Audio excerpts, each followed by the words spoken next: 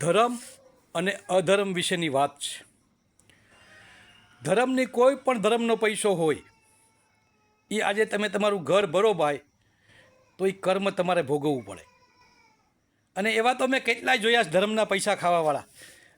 અપંગ થઈ ગયા, કોઈને લકવા થઈ ગયો, કોઈની પાસે પેઢિયું ઉઠી ગયું, આની અંદર ધર્મનો પૈસો ખાધો એને વાહે વારસદાર વેલાને ભોગવવું પડે. આવા કર્મ કરે છે માણસ. કર્મ સારું કરો. તમને ખબર છે કે આ મૃત્યુ દેહની અંદર આપણને ભગવાને જન્મ આપ્યો તો સારું કર્મ કરવા માટે.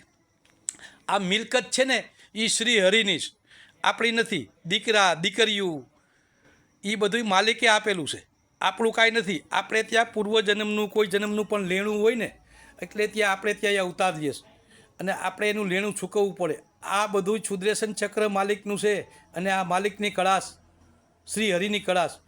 એટલે જે કરો એ સમજીને કરો. હું પણ પોતે જોલી ફેલું છું અને જ્યારે મારે જોતું હોય કે આજે શિવરાત્રિ છે ભાઈ, શિવરાત્રિ માટે મારે આ કર્મ કરવાનું છે, તો જેને જે ઈચ્છા હોય એ આપો. પણ મેં ક્યારેય પૈસો ભેગો કર્યો નથી અને કુકર્મવાળાની સંગત હું રાખતો નથી. સંગત દોષ આપણને પણ ભેગો લાગે અને કુકર્મય આપણું થાય. એ સંગતનું ફળ મળે આપણને. બાપે ધર્મનો પૈસો ખાધો હોય તો પ્રજાને ભોગવવો પડે.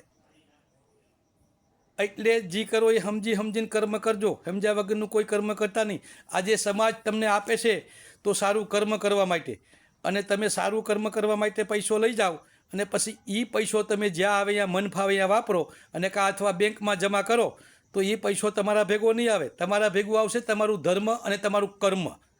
આ બધી વસ્તુ કર્મને અનુસાર છે. ભગવાને ખાલી આપણને દેહ જ આપ્યો છે, મનુષ્ય દેહ, મૃત્યુ લોકની અંદર કે તું જઈને સારું કર્મ કર.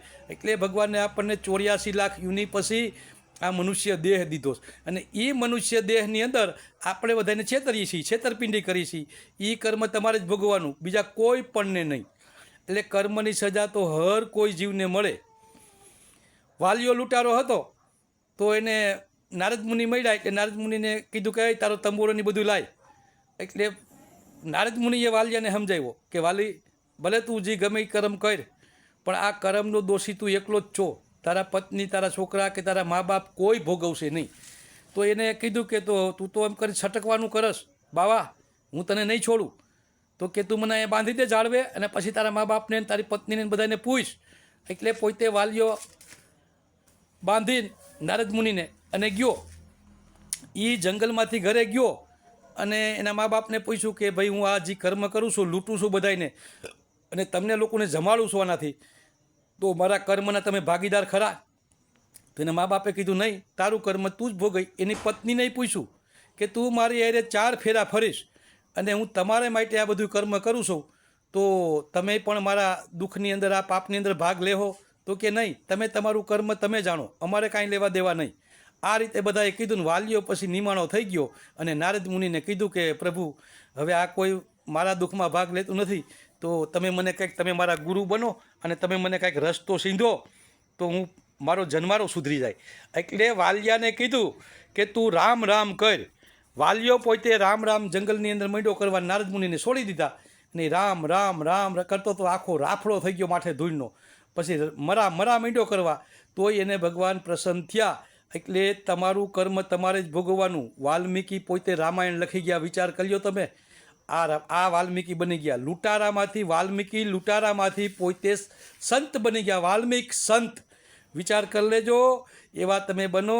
બાકી તમારે કર્મ તો તમારે ભોગવવું જ જોઈએ. તમને એમ થાય પોતાના છોકરા વાલા હોય, પત્ની વાલી હોય, મારી પત્નીને સારી સાડી પહેરાવું, સારા કપડાં પહેરાવું, એ માટે તમે આ સમાજને લૂંટો અને એ થઈને ભેગું કરો.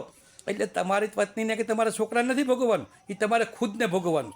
એટલે હંમેશને માટે કર્મ દોષ ન લાગે એવું કર્મ કરો તો આ કર્મ તમને પાડ ઉપર ઉતારે અને 84 લાખ યુનિની અંદર ન જવા દે અને નરકની અંદર તમારો જીવ ન જાય, સીધો પ્રભુના ચરણે જાય. અને પ્રભુ પછી તમને પાછો અવતાર આપે કે તું સારું કર્મ કર્યું છે અને પાછું સારું કર્મ કર અને આ ધર્મનો પસાર કર. આ ભગવાનની આખ્યા છે અને આ ભગવાનનું કર્મ. જય શ્રી રામ.